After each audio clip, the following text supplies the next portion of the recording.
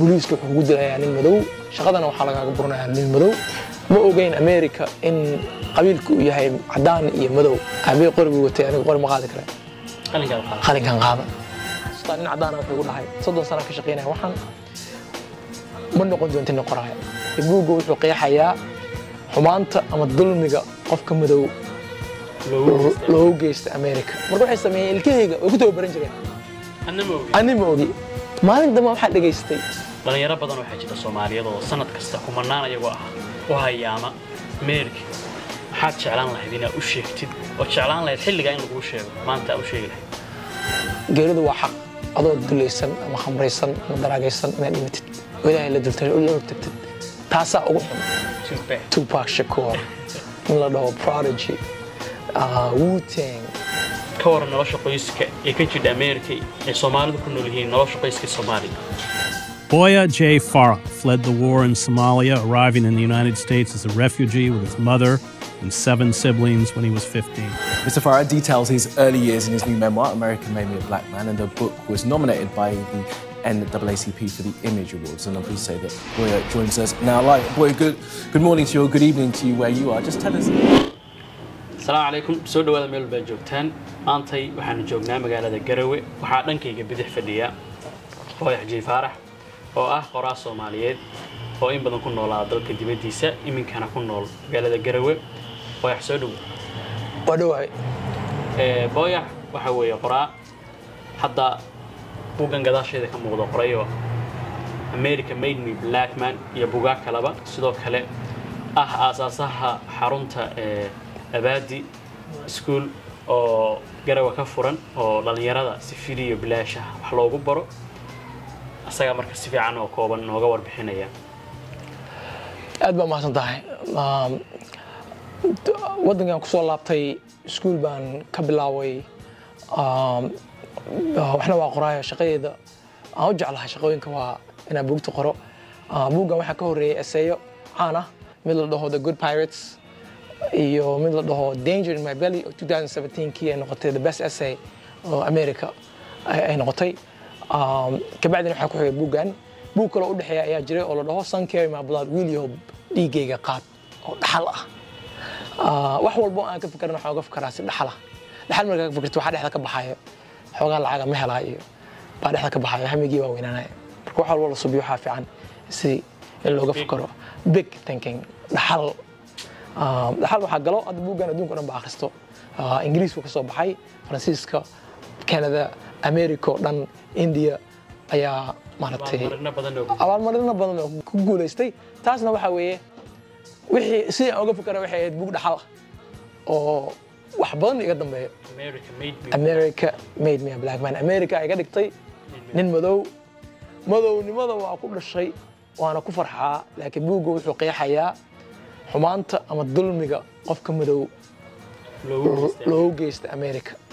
anigana aan kamid ahay Soomaaliya markaan joogo waa ogahay Soomaalida qabiilkaas ay isku bushkarayaan oo nin qabiila baan kamid ahay oo waana la isku gartaayo ma diidani laakiin America markaa tagtid qabiil dhexdu ka baxaya waxa tahay nin madow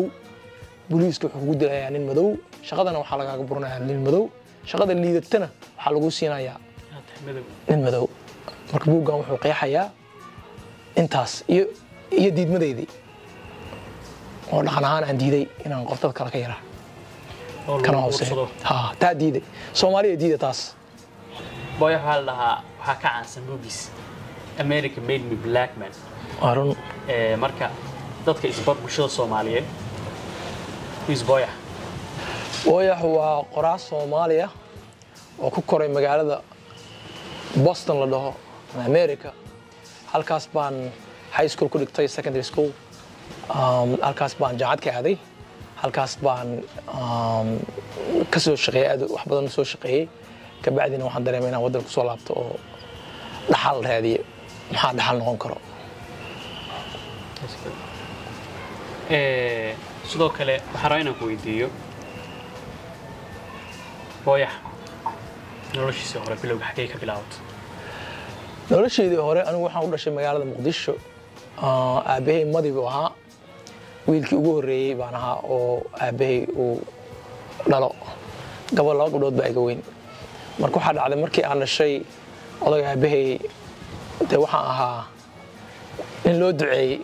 ducaan ku dhashay ummadoo dhan baa duceysa waxay leedahay hooyo inay uur wiil qaado markaan dhashay magacyo badan baa lee bixiyey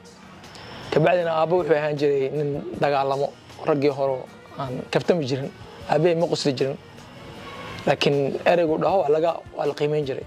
nin dagaal buu ahaa askari buu ahaa marka wuxuu dhahay wiilkayga ma rabo inuu caaq noqdo nin adag buu rabaa inuu noqdo marka wuxuu ii diray dooxada nugaal oo ayeeday alla yaa raxma dhimatay buu dhahay maarata ninka soo adkaado geel jiraha noqdo nin wax iska celin karo marka halkaas baan dhowr sano joogay kabacdii waan jiraday muqdisho lagu celiyey kabacdii aabba dhintay kabacdii waanu ka qaxnay magaalada muqdisho haggaas iyo kenya marnay kabacdina america ayaan tagnay kabacdina halkaas baan ku barbaaray waxna ku bartay noloshaada xagaa ka sii wada nolosheeda xagaa ka sii wada maxaa is leedahay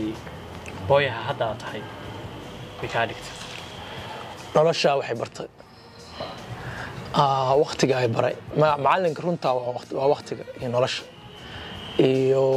taariikhi kala duwan ayaan soo maray waxaan soo maray Soomaaliya caadi ah waa xasuustaa inkastaan yaraa dagaalkii Soomaaliyana waa soo arkay oo Soomaalida markay isdagaalayeen oo civil war waxaan ogaaday dagaalka civil war inuu yahay dagaalka ugu xun adduunka because laba walaalo ah oo gabdho iska qabo baa isdagaalay Soomaalida waxay aaminsanay wali inay hal yihiin laakiin cilmi darro ay noo goysay inaan dagaalanay waxaas oo dhan baa soo maray waxaan maray meel la dhaho habaal waarid anoo yar anaa wiil u ahaa reerka toddobaan ahayn iyo hooyo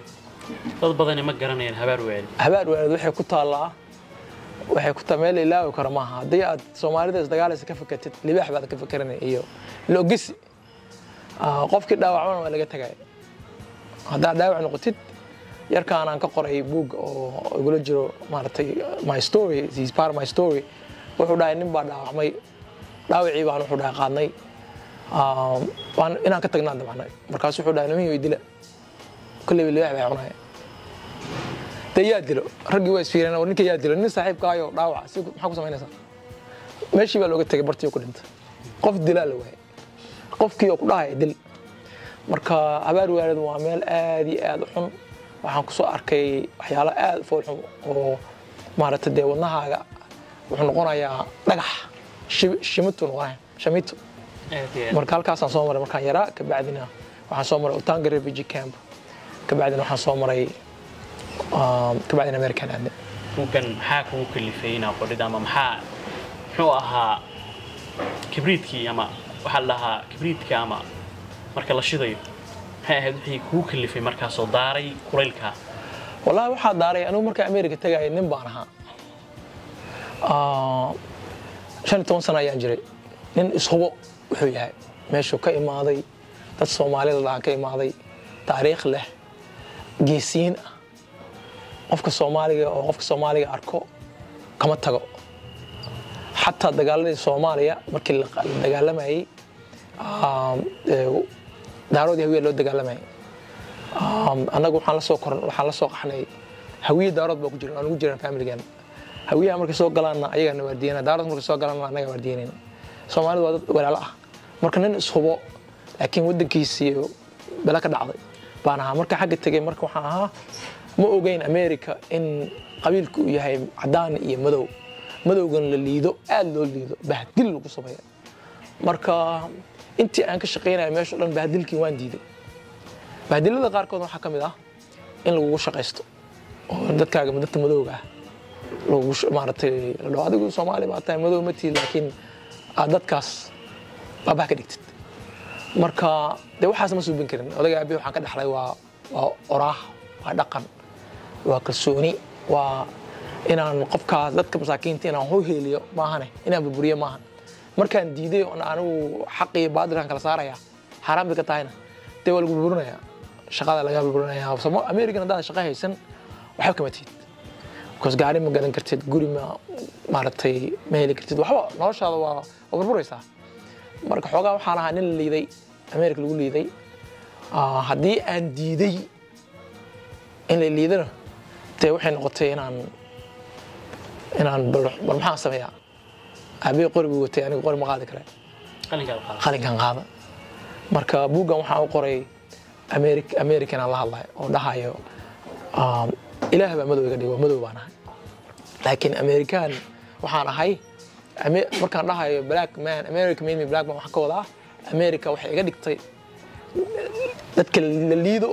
ayay igu dartay laakiin anigu ma ihi nin madow oo kalsoon baan ahay oo taariikh leh oo geel leh oo dooxada nugaaleed arig ku soo raacay cirka iyo dhulka meesha iska galaan anaa lahaa markaan yaraa Americana meel yar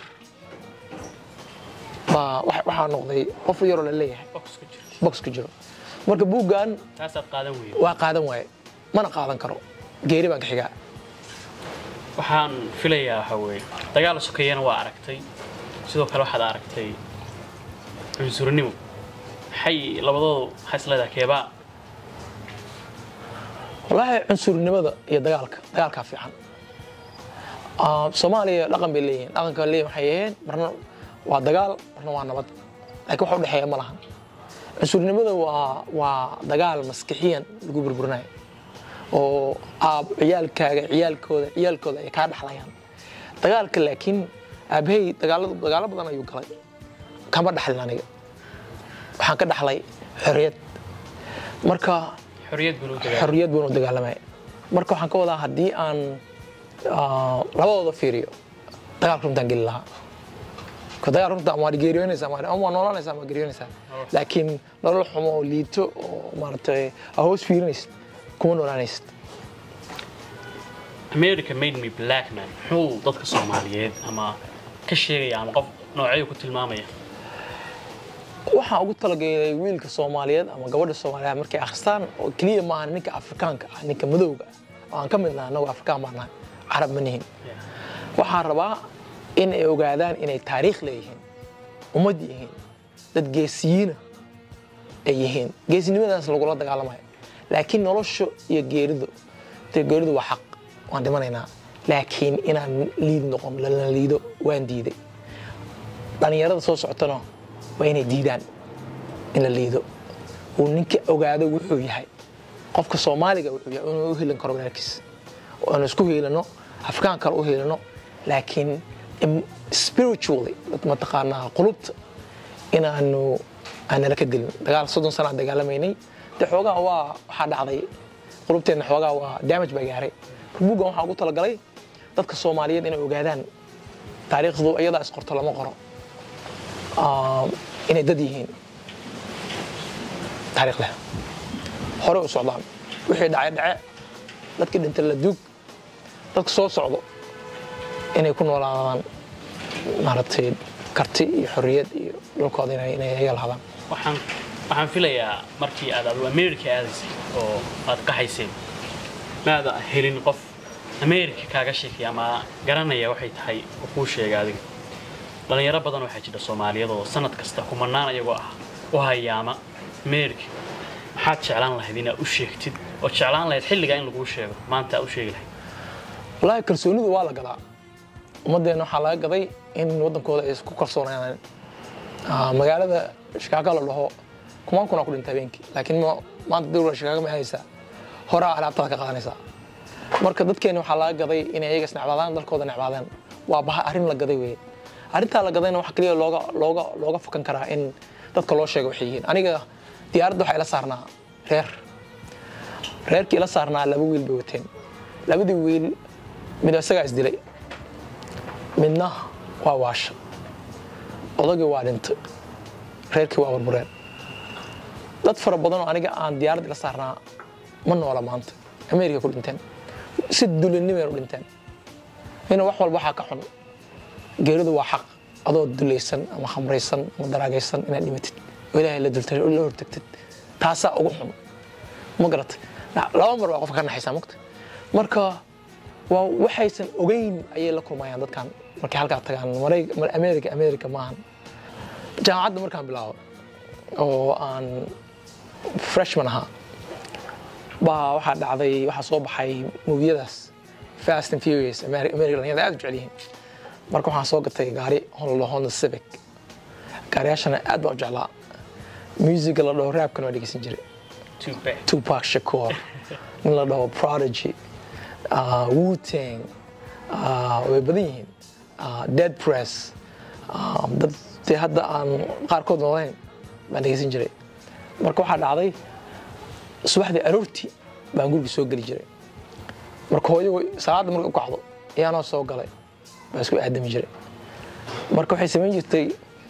hangarka mataqaanaa maaragtay shaatiyaasha lagu sarsaro maaragtay closetka la sarsaro bay sii diyaarsan jirtay qolkayga igu soo geli jirtay way la dhici jirtay anigana waa u barta shaydaan yar baan hooyo u barta inay disho waxbay ugu dhufataa hordadeedaan sii seexda mar walba saa samayn jirtay waa sugi jiray marka hooyo kolley waa ku dilaysaa micno malaha maalin dambe waxay samaysay salaaddii ka soo baxday gudahay soo gashay qolkayga soo gashay wariyaa fariistay dhahda waa fariistay waxay dhahday waa ku dilay wax baan kugu sameeyey waa kula soo agoonnimo kugu soo koriyey meel walbaan waa kula soo cararay America timaaday 5 baa ka yar qalad baa ku socotaa naartan kugu duceeyey habaar naartan kugu habaaray dhimo saas hadda dhimatay naartu haddii ilmaha iga halaawaan shanta hadday iga halaawaan kuma cafinay anigii te waxaan rabin leeyahay maqti laakiin habaarkan kuma jirin maartay waxaan ka fikiray horta wallahi waxaan sameyn jiray ka bacdi waxa bedelay habaarkaas kaas waxaan ka fikiray gaariga xoog ku wada dalagad ama naarta ay soo rumatay nin weyn oo soo arkay dad la dilaayay rafaad baan soo marnay maqti mar geerida iyo nolosha waa kala yaqaanay geeridana waa xaq marka maalintaas baa isbedelay oo aan dhaafay inaan markii imaado aan jaamacadana si fiican waxaan bilaabay inaan dadaalo sidii caruurta yararka ah oo iga yar ay ayagana igu daydaan marka habaarkaas waa actually ugu save kareey buugana uga hadlaaya waa ka qoray siinkaas ugu jira aniga hadda saaxiibaday oo magaalada Boston kula koray qaar baa dhintay oo qaarna daraag bay ku dhinteen qaarna mataqaanaa jeel baa la geeyay oo rafaad bay u dhinteen marka de waa adiga badaan oo aad lagu dhex tuuray oo lagu dhahay ka badbaad niman dabaal aqoon kama badbaaday niman family la socodna hadda ciyaalka ugu badan oo halaaway waxa weeye ciyaalka kaligood socdo ama eedada ay keentay Mareykanka ayaa halaaway marka Mareykanka hadda ku leedina de nolosha ka dhimata خلاص ما halkan camal oo xogaa inta qiisha soo laabanayso guursanaysid ma jirto taas laga ma soo laabto geeri baa daagashid geeri ku xigto geeridana waxa ka horeyso inay faraha ka go'an in mataqaanaa lagtu lagu jaro kus qabowga silc baa maraysa marka waana la ka gaday arintan Soomaaliya inay meel xun tahay laakiin ka fikir waxaan ku dhahay Chicago meel laha jirto dad fara badan ayaa ku dhinto maanta hadii lagu dhaw Chicago ma aadaysaa maxaa leedahay war boorseeda qaadana aadaya leedahay ma la socotid inay Chicago tahay Soomaaliya dad ka badan ay ku dhintaan laakiin America kuma sheegto kuma dhayso ruuxan baa jiro waxa fiican oo kaaga sheegaysaa waxaan leeyahay wadankan dhalinyarada markaa tahay wadanka ku baahan kalsoonidana waa la gadaa waana la ka gaday kalsooni xumada inaan Soomaaliya nacmaano markaan waxaan leeyahay kalsoonidana soo ceshano wadankeenana aynu aamino aynu ka shaqeysano waa waxa ugu weyn oo aan rabo inay dadka Soomaalida ay fahmaan dal inaan ka nimaanay dad ka nimaanay oo aad u qurux badan aan leenahay badda ugu badan Afrika aan leenahay maxaa kale oo baahanta maamul Soomaaliya samaysto dhaxalkiini baa loo baahan yahay dhalinyaro ahaan waxa jira qofku marar badan dhalinyaradu markay tagayaan waxay kaliya ka fiiriyaan dhanka dhaqaalaha iyo ammaanka laga yaabaa meelaha qaarkood koonfur ama qofku inuu ammaan darro iyo dhaqaale xumo u tago laakiin badii nolol kale oo ka hooseyso waxa jira xaggan markaad joogtid aad u qurux badan tahay laakiin xagga markaad tagtid helay family-gaaga qoyskaaga alashan nolosha ka waran nolosha qoyska ee ka jira America ee Soomaalidu ku nool yihiin nolosha qoyska Soomaaliya wallahi nolosha lagu leeyahay waa nolol aan caadi ahayn waa nolol mataqaanaa horta waxa loo rag waa la dagaalaa Mareykanka rag ereyga rag waxay ka tahay ceeb marka oruna aniga hadda maanta dhaho nin ragaan ahay waxa lagu leeyahay dambiilaata ma garata waxa weeye waxaa ku batay in lala dagaalamo ereyga rag baa Mareykan lala dagaalama ereyga rag haddii lala dagaalamona family waa burburaya because ilaah baa wuxuu noo sameeyey ninka ragga ah iyo naagta ilaah baa kala bedelay kala duway isku mid maaha aniga hadda aabe hooyadaysa kasta ii disho ma dhageysan jirin aabeena hal mar uu dhaho wariyaa libaax baa guriga soo galay waa soo fariisan jiray wallahi waxaan xasuustaa anoo dhaho aabe dhaho wariyaa kaala qade aan aab mar rabo oo mar labaad igu celiyo wariyaa kaalay خلاص waa la fadhiyaa America raganimadu waa laga dagaalamay marka ciyaalkaaga xataa macna aanan kartid because dalcay aanan kartid waxa la hayaa waa ninku waa nin weeye ma garato marka taasna waxay keentay dadka inay burburaan anaga kaliya ma ahan Mareykanka oo dhan waa burburay ninka ragga dhexda laga saaray marka waa dad iskurinaya caruur iskurinaysa hooyadii waa waxa la rabaa inay noqoto aabiyo hooyo labadaba inay ayday noqoto mana shaqeynayso marka waxyaalo badan waxa jiro aynu la socon caruurteena u xun annagana noo xun marka waxaan dhihi lahaa dhulkan macaan hawadan macaan waa ilaahay gift uu siiyay ku kalsoonaada aniga habeenka markaan lugeeyo wax macaan ma dareemaa nin gaal isla socon markaan halkaan imaanay cad ilaa hadda wuxuu soo laabanaya hawada macaankeeda xabadna ma maqli jirin marka waa inaan nabadda saan gadno intaan xumaanta gadayno dalkii aan dadku u sheegnay inay imaan karaan waddankiina uu saa ku koro dhaqaalaha markaad tagtay adigoo nin yara America maxay ahayd wixii kuugu dhibta badnaa la kulantay wallaahi waxyaalo fara badan oo igu dhibta badnaa waxay ahayd inaan luqadda Soomaaliga luqadda Ingiriiska inaan aqoon oo hataa haddii dambi laga galayo aan garanayn buugad waxaan ku qoray maraan aaday ilkaha in la dhaqo ilkaha Soomaaliya dee waxaan dad islaana 5 mar baan cadeynaa eeyaday 100 ka badan bay ku dhimatay 100 iyo waxa lagu qiyaas jiray 304 inay jirtay hal iligna kama dhicin anigu markaan dalka tagay ilkahayga dhan baa la tagay laakiin Mareykanka waxay yaqaanaan wax la dhaho labadii week ba hal maad labadii bil 6 bilood ba hal maad waxa tagaysaa meelaha ilkaha lagu dhaqo marka waxaan tagay meel ilkaha lagu dhaqo ilkahaygii ayagana waxay u gartay inaan ahay in experiment anay ugu sameeyaan oo ay fiiriyaan mataqaanaa de guinea pig waa taqaanaa maartay xawayaanka lagu sameeyaa in ilkaha oo jaamacad bay meesha marka ilkaha lagu dhaqi jiray laguna sameyn jiray marka waxay sameeyeen ilkahayga oo ku tababaran jireen anima ogi maalin dama waxa dhageystay ayagoo dhahayo warkan xagee keenta badanaa dadka lagu bartana waxa waaye dadka madowga ah oo masaakiinta ah banaanka homeless oo dadkan guryaha lahayn dalaagada madowga badan yihiin halkaas bay mid waxay siiyaan $50 ay soo galiyaan oo ku tababartaan aniga ma ogeyn insurance ayaan watay meesha markaan galay markaas waxay leeyihiin warkan hebelow kan maxaa siisa markaas wuxuu dhahay waxa ma siin warkan asaga lacag na siinaya waana aaminsan ma hadlayo ilaa waxa uu aaminsanay waxaan ay wadan burburaan ka imaaday ma ogi America waxa u maleeyaa jannada inaan ku jiro waxyaalo badan baan isku dardarsanay laakiin waa dhageysanayay inay qalad ay galayaan maalintaas waxay ugu dambeysay ilig aanin dentist u tago wadada ka soo qaaday marka waxyaalo badan oo aan la kulmay ayaa jiro oo aan la soo koobi karin oo barafku ka mid yahay oo dhaqankii aan garanaynin cuntadii aan garanaynin caddaan kaliya la deganaynin kaliya madow ka ahay buugaaga waxa ku qoran raada waxaan u qabay America inay isoo dhaweyn sidii qof marti ah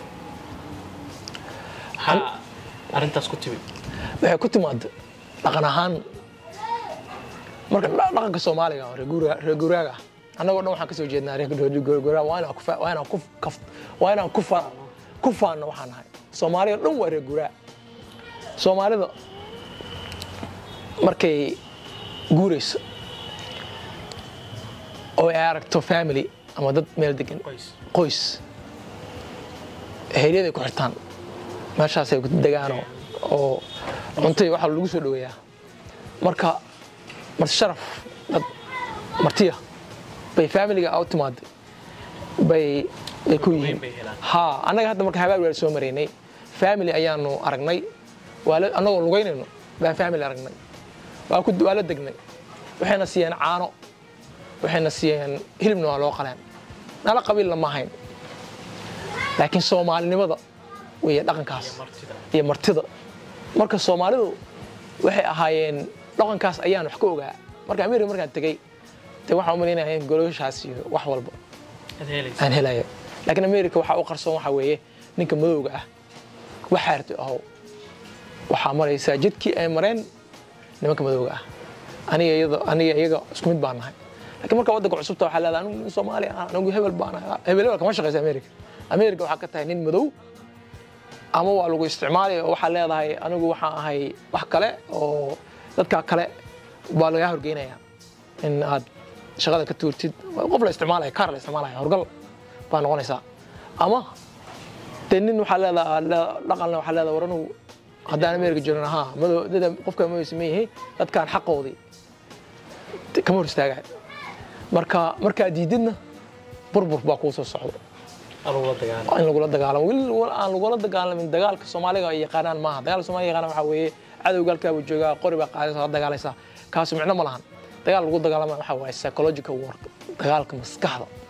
adiga si u socotid baa suuxaysa ama wadnaha ku istaagayo ama waxa ku soo boodayo waa dhimanaysa dadka madowga hadaa fiiriso xataa ayagoo yar bay dhintaan 30 sano u dhaxaysa ninka cadaanka iyo ninka madowga waxa la dhaho mortality rate America hal jid baa u dhaxeeyo dhinacaana 30 sano bay sii noolaadaan dhinacaana 30 sano ka hor bay dhintaan waxaasna waxa waa stress iyo systemka kula dagaalamay systemka uu abuuray qofka in madowga la dagaalo systemka wuxuu u abuuray qofka madowga in bahdil baan lagu sameeyo Soomaaliya kama jirto taas oo kale waa ben Soomaaliya qabiiladu way ismaagaan way diraraan laakiin dhaqan bay leeyihiin waxaas kale iskuma sameeyaan Soomaalida jiraan buugan markaad qortay علشان ama qoritaankiisii caqabadaha kala kulantay caqabado fara badan baan kala kulmay waxay ugu dhaheen nin madow baa tahay qoraan ma noqon kartid nin immigrant tahay qoraan ma noqon kartid nin muslim tahay qoraan ma noqon kartid laakiin nin habaar weel soo maray oo ninkii gardaadiyana oo qori ku gardaadiyay Allah ya raxmo ninkii gardaadiyay waa dhintay dagaaladii ku dhintay oo de waxaas oo dhan ka soo badbaaday oo ka badbaaday barafkii Mareykanka sida waxaan xasuustaa anoo gaari anoo wada istaajiyo gaari ka degay gaariga intaan sabxooday dhul ku dhacay gaarigiina soo socdo gaari kale ku dhacay booliiska ii imaadana dhul ku dhacay asagana aniga istaagi waayay ilaa la imaaday oo la qaaday marka nin waxaas oo dhan ka soo badbaaday waa hadda nin weyn de waxaas qaban kartaa ama ma qaban kartid ma dhigi kartid aaminsan muslim geerida aaminsan Black Authors Matter waa run marka waxaan dhahay waxa xasuustaa nin cadaan wuxuu ku dhahay 30 sano ka shaqeynay waxaan ma noqon doontin qoraay in elbrooks ugu dhacdo yana noqotid isku mid weyn markaas waxaan ku dhahay elbrooks inuu ugu dhacay u niyo maanta ninkii waa raadiya inaan dhaho Google garay magacayga macallin waxa jiray mar ugu dhahay jaamacadda aadin shaqayso meelahan arday gas station dadka gaas ku shubo noqo dadka meelaha xaq noqo laba shaqo ka shaqee family-gaaga ku filan taas nolosha dabro wuxuu la dagaalayaa inaan noqdo nin wax bartay ninkii waa arkay anoo master degree wato baan arkay waxaasta wallahi intaan ka daba cararo baan u tagay aniga saaxiibanahay ayuu nagu dhahay waxaas haddana joogo halkaan imaanay markaas ninkii intaan u tagaa waxaan dhahay hebelow master degree baan haystaa waxaan rabay inuu soo xasuusto wuxuu ugu dhahay markaasuu dhahay ma hubtaa kaasaan ahaa wuxuu dhahay congratulations waan iga socdo ilama sii istaagin because dambigu galo ogyahay mugta marka wax walba la igu dhahay wax kale la igu dhahay tan alle baa meel taalo isku day dhalinyarada waddanka joogo waa inay saac ama kalsooni noocaas ama waa inay lahaadaan kalsooni halka marka imaanay school baan inaan bilaabo kalsoonidaas kaliya watay waana bilaabo marka waa muhiim qofku inuu isku kalsoonaado 100% aaminsan yahay dhanka marka buugga qorayso buugga laftirkiisa waxa ku xusan hooyana ku tir buugga qorin hooyo dad badan baa igu dhahay Soomaali badan ayaa igu dhahay waxay igu dhaheen waxa weeye Soomaalidu wali waxay ku laabanaysaa dhaqankii oo war wadankan ayaga albaabada noo furay ayaga ayaa wax ku baray sidee ayaga wax uga qorta laakiin ayaga hooyo waxaan kala duwanaa kuu sheegaa aniga nin Amerikaan caadi ah oo dee luqadoodii aan fahmay waa dhex galay musigoodii aan dhex galay gaariyaasha yarkaayoo dhulka loo dhaweeyo sportskaan wadan jiray jaamacadahooda aan ka qudbayn jiray dee nin Soomaaliya oo nin Maraykan baan iska noqday marka intaan ka ogahay hooyo kama oga waxaan ogahay waxa weeye cadowga koowaad waa nimankaas kan labaadna waa iyaga kan saddexaadna waa iyaga Soomaalida waxaan arkaa dad maaragtay uneducated ah laakiin aad iyo isu kalsoon dad cadow ah Soomaaliya cadow iskuma noqon karto waa ben waa cadow annaga banaanka nooga imaaday qofka Soomaaliga qof kale Soomaaliya ana ma aaminsani inuu xataa hadday isdilaan bay gabdho kala guursadaan dhaqanka Soomaaliga saas buu ahaa marka cadow baashan iska dheeraatay annaga ma leeyahin rag baa keenay marka laakiin ayagu waxa waa dad maskaxeeda raba inay shax ku ciyaaraan buugga waxa ugu qoray waxa weeye taas waxa kalena buugga ayagana way soo dhaweeyeen oo dadkan dad aad caqli u leh waa qofka caqliga leh dadka waa la dhageystaa waxay yihiin xataa cadowga ay yihiin waa la dhageystaa had qofka kuugu fog ka fog wax laga bartaa qofka kuu dhow waxa kama baranaysid isku cuntaa tihiin isku dhaqan baa tihiin isku meel baa ka imaateen waxa kama fahmaysid waxa kama baranaysid laakiin ninka aad kaaga fog oo wuxuu u jeedaa xumaantaadii runta ku sheegaya marka buuggan hadda jacalaha ugu weyn Mareykanka ayaa soo dhaweeyay inkastoo Mareykan aan ku maagayo oo runta aan ka sheegayo haddana Mareykan waxay u tahay in ay improvement ku sameeyaan waxa ka qaldan marka waxaan dhahaa buuggan waa love story waa warqadii jaceelka oo aan Ameerika u qoray oo aan rabay inaan ku soo wixii ka qaldan wad u sheeg waa qofka jeceshahay wixii ka qaldan waa intaas gubaago run ah si fiican marka caqabado dhankaas oo aan ahayn gaalashan dhanka Ameerika caqabadaha kala kulanta buugan qoridiisa ama dad ka soo horjeesto cadaan iyo ma jiro way badnayd caqabado fara badan ayaan ka kulmay actually markii aan buug rabay inaan bilaabo waxaan dhahay madaxa ma jaraay mana labisanaay subax walbana salaada subax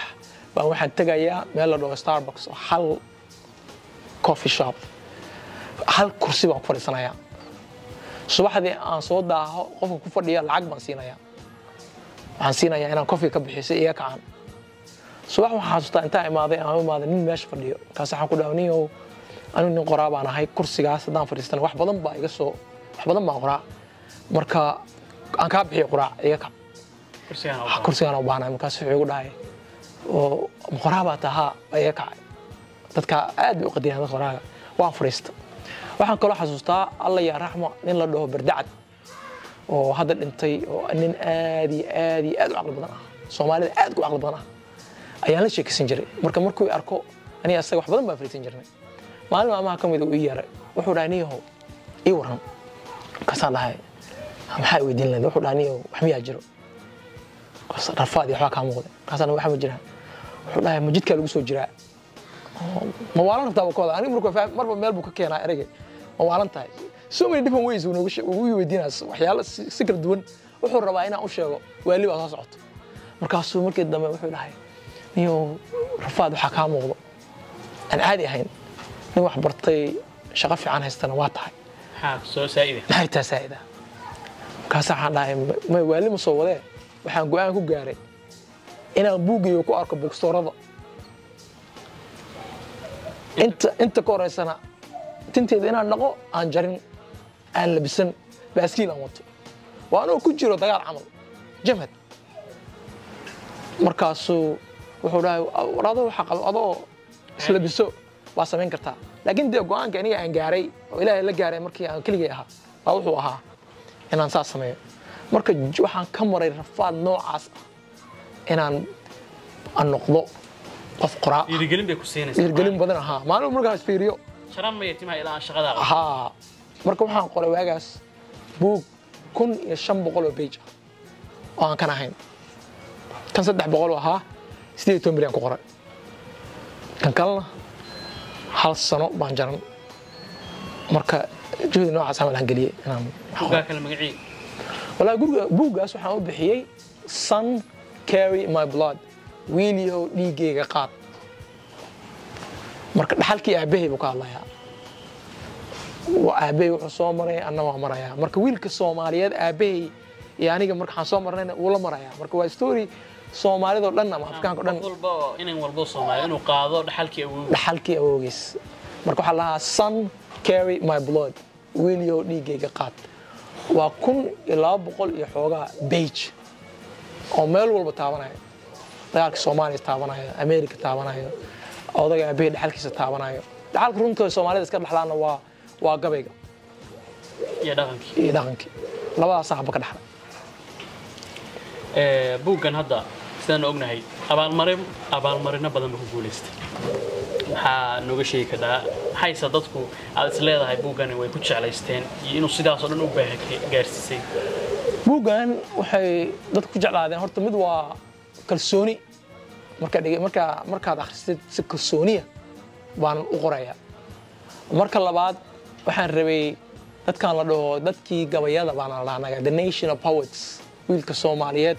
waa gabayaa K9 waa gabayaa the dustwood philosopher ayaa la jiray music ugu horeeyo soo saaray ninka la dhaho K9 markaad dhageysatid maaragtay musicis waxa leedahay ninku waa gabayaa marka waxaan rabay jidkii K9 oo maray oo nin Canadian laakiin Mareykanka ma taqaana aad looga yaqaano ama dadkii iga horeeyay buugtii qoreenaysay u qoreen waxaan rabay inay jidkaas u maro oo buug noqdo buug lagu qoray sida gabay amal loo qoray marka gabayo fara badan ayaa ku jiro America gabay aan qoray aabahay dhaxalkiisii gabay aan ka qoro ku dhamaanaya marka yareed heestii lagu seexin jiray markaan yaraa heestii lagu seexin jiray oo ahayd huwa way ku jirtaa marka waxay Mareykanka waxa lagu kasoo aad waxa u soo dhaweeyay Mareykanka buug wuxuu nominee u noqday the NAACP oo Hollywood wuxuu kaloo buugga soo saaray raadiyaha ugu weyn Mareykanka oo NPR waxay noqday buugga ugu loogu jecel yahay 2022 as a qoraa aniga waxaan qoray essay la dhaho Danger in My Belly 2017 waxay qaadatay the best essay of the year ay America qaadatay taasna waxay u qoran tahay sidii poetry qof gabayaaya oo buug qoray camal marka waxaan rabay dadka Soomaalida taariikhdooda ama waxay yihiin inaan mataqaanaa aan uga hadlo oo qofka Soomaaliga uu iska arko buug baahay marka I wanted to honor the nation of poets the young people young Somalis young Africans I want them to know that they are powerful markaan qori xataa waxaan ka fikirayay erey walba in uu qofka uu dareemo qoraya badan waxa jira Soomaaliyeed ama ha qoran buugaa cusub ha turjumaan wax badan waxa laga yaabaa dadka Soomaalidu ayaga unba isku kooban dunida kale waxa uma gudbiyaan waxaad ku dhiirigelin ama afriin u dir lahayd qorayada Soomaaliyeed waxaan ku dhiirigelin lahaa oo aad iyo aad ugu dhiirigelin lahaa horta luqadda Ingiriiska inay bartaan maanta xogta adduunka oo dhan waxay ku jirtaa hal luqad ku soo ururta inay bartaan mid labaad anaga buug walba oo Soomaaliya ka soo baxo nin gaal ah qoray hadaana waliba marka de waa qalad nin aan ila dhaqan ahayn inuu qoro waa qalad suu sheega waxaaga marka waxay ku sheegaysaa anaga dadkeeni waa dad iska socdo oo hadlo we are all society waa hadalnaa laakiin qoraama nihin marka waxaan jeclaan lahaa in aan oraalnimada wax fiican waay Soomaaliya 40 sano dagaalsan tahay wiilna way taagan tahay waxa loogu talagalay inay dhimato waa dhiman weyn taas waxay ku sheegaysaa dadka Soomaalida inay yihiin dad resilient dad aad iyo aad u adag oo aan laga guuleysan karin qofka Soomaaliga lagama guuleysan karo waxaan dhihi lahaa ku dara inaad fariistaan oo wax qortaan oo dalkana aamintaan ku dara dhalinyarada soo socoto waxaan dhihi lahaa fariista waqti badan geliya waxa rabtaan inaad adduunka ka samaysaan waxaan waqti badan la gelin mara dhalaan political aan ku ardaysaan yareeyo fariista siyaasadda waxa weeye siyaasadda loo daayo marka waxaan dhihi lahaa waxyaalo challenge siyaasi ma maqashay waxaan naga dhigayaa waxa weeye burburka iyo dagaalka ayaa naga dhigaya aniga xataa degree waxaan haystaa siyaasi ah baagi aan rabay siyaasadda aan rabay inaan galo because wiilka Soomaaliyeed hasa lagu gardaadiyaa maqta walba inuu taliyo rabo walba inuu taliyo rabo laakiin midna burburiso waa taas qof walba ma talin karo dad keena noogu fiican ha taliyo annaguna aan noqono dadkii maaragtay dalka wax ka dhis lahaa oo injineer iyo dhaqaatiir hay'adda fariinta u dambayso bulshada la wadaagayso waxaan la wadaaga lahaa anigu nin Soomaaliyeed ayaan ahay Soomaalida iyo ma kala socna waa dad Soomaaliya oo wiilka Soomaaliyeed ama gabadha Soomaaliyeed iyo aniga isku dhiig baan nahay isku meel waa ka nimaanay wadankan ku korsoonaada qof walba oo wariyaa oo dhalinyaro ah wariyarba inuu noqdo waxaan ilahaa wadanka khayr ka sheeg qof kasta oo Soomaaliya aragtidna khayr ugu ducee garab qabo waxaan u baahanahay in la iscaawiyo oo goobaysigan aynu yareyno oo wadanka la isku furo waxa weeye ka baxo reernimo waa inuu ka baxo aniga hadda markaan dhahayo markii la wareysto badanaa waxaan ahay nin Afrikaan ah waxaan u dhahaa waxay tahay Soomaaliya Afrika ka weyn Soomaaliya Afrikaan baan marka hore nin madow Afrikaan ah marka Chinua Achebe la dhaha jiro aan jeclahay oo qoraa ah wuxuu qoray buug la dhaho Things Fall Apart markay akhrisid waxaan u leeyahay Soomaaliya inuu ka hadlayo nomad dadka mataqaanaa guriga buugaas wuxuu u qoray nin cadaan ah oo Joseph Conrad la dhaho ayaa wuxuu qoray buug la dhaho The Heart of Darkness wadnihii madooba Afrikaanku wuxuu bahdil ku sameynaya wiil yar ah oo Nigerian ah oo qabiilka la dhaho waa ilaa qabiilka lu qabiil la dhaho waa ilaa koleyba wiil qabiil yar ka dhashay baa kacay wuxuu dhahay inaa u jawaabay buug wuxuu qor la dhaho Things Fall Apart oo jawaabta ah ninkaas Joseph Conrad oo danyaro ugu sheegay buugaas maanta waa buug ugu saameynta badan Africa Things Fall Apart wixii kala jabay marka aniga isku arko marka aan fakaro waxaan u fakaraa si level ah ina ahay nin madow ah Afrikaan ah continentigo dhan matali kara marka waxaan dhihi lahaa